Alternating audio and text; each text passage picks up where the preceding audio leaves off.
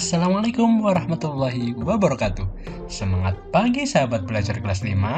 Bagaimana kabar kalian? Semoga masih semangat dan tetap gembira dalam segala aktivitas kita. Hari ini kita berjumpa lagi untuk belajar bersama di kelas 5. Tema yang ke-6, subtema pertama, masih dalam materi suhu dan kalor pada pembelajaran yang ketiga. Oke adik-adik, sudah siap untuk belajar? Yuk, kita simak tujuan pembelajaran yang akan kita capai hari ini.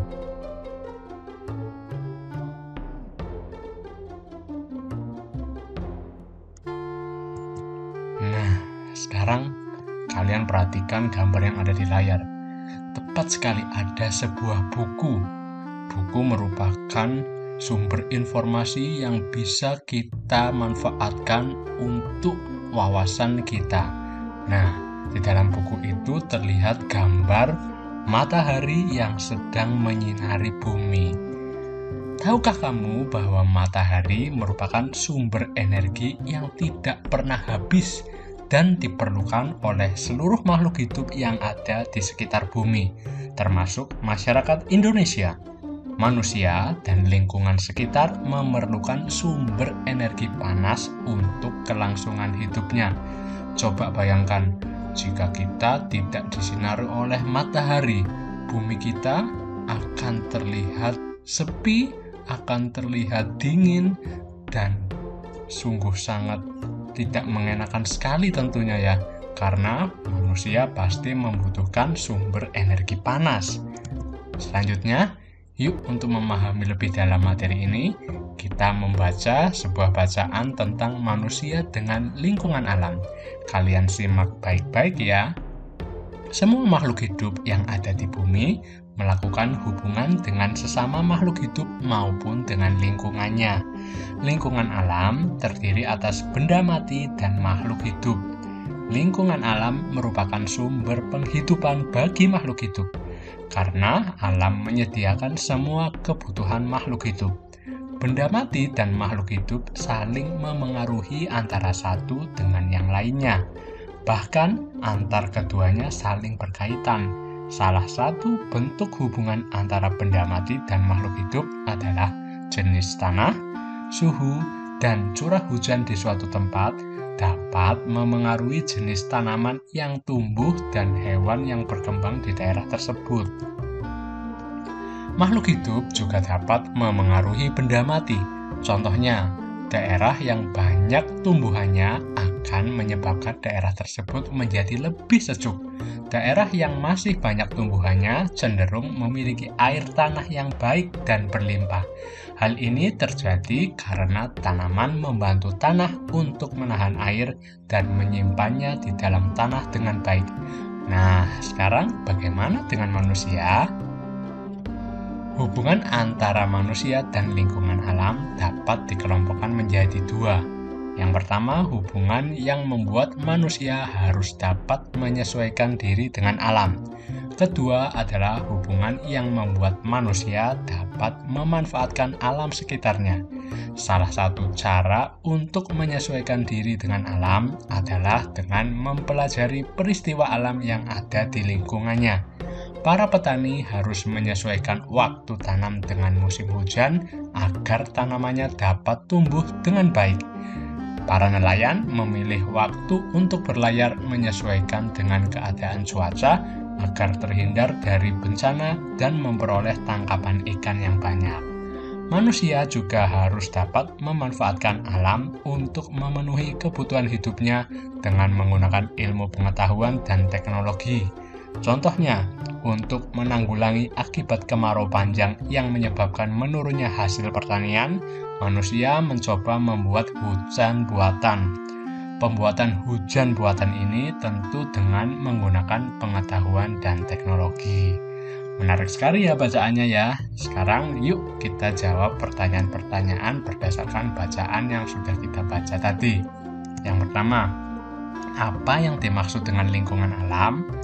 Tepat sekali, lingkungan alam terdiri atas benda mati dan makhluk hidup yang saling berinteraksi. Kemudian kedua, apa saja interaksi yang terjadi dalam lingkungan alam? Benar sekali ya adik-adik, interaksi antara benda mati dengan makhluk hidup, interaksi antara makhluk hidup dengan makhluk hidup lainnya. Nah, selanjutnya, jelaskanlah salah satu contoh bentuk interaksi antara lingkungan yang terdiri atas lingkungan benda hidup dan benda mati. Contoh interaksinya adalah daerah yang banyak tumbuhannya akan membuat suhu udara menjadi lebih sejuk.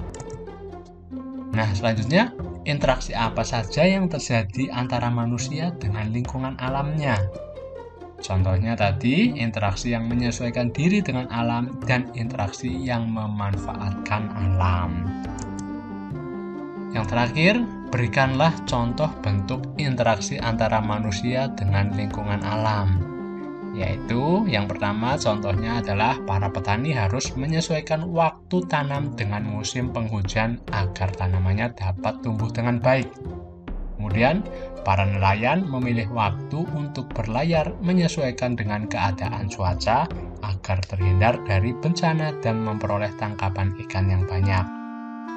Nah, adik-adik, tahukah kalian bahwa setiap manusia yang hidup di dalam masyarakat mempunyai hak yang dilindungi oleh undang-undang?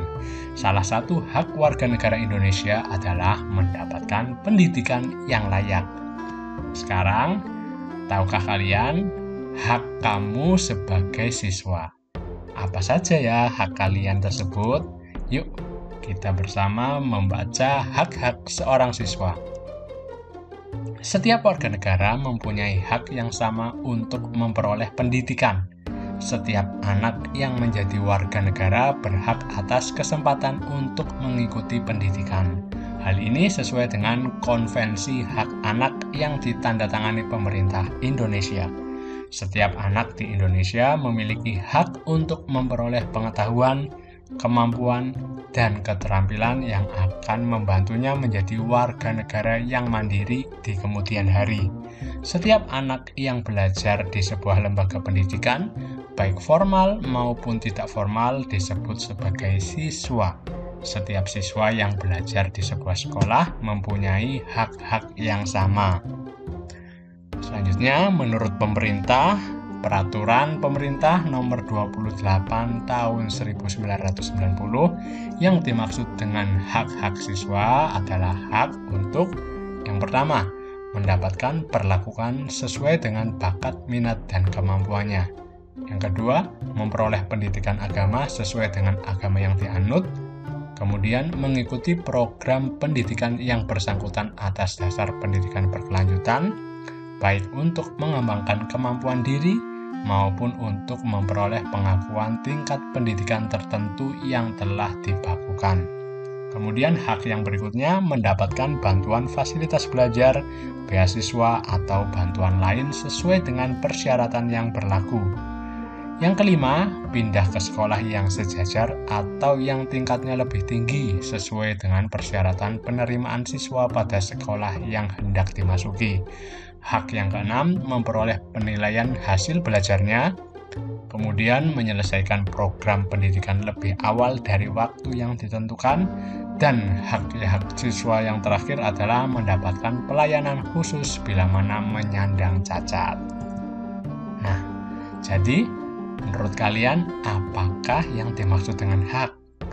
Tepat sekali, hak merupakan milik, kepunyaan, atau kewenangan untuk berbuat sesuatu karena telah ditentukan oleh aturan dan undang-undang. Bagaimana adik-adik? Cukup menarik sekali ya pembelajaran yang kita lalui hari ini. Semoga bisa bermanfaat ya. Kalian tetap semangat belajar dan terus jaga kesehatan kalian. Sampai jumpa pada pembelajaran-pembelajaran berikutnya. Terima kasih, semoga bermanfaat. Wassalamualaikum warahmatullahi wabarakatuh.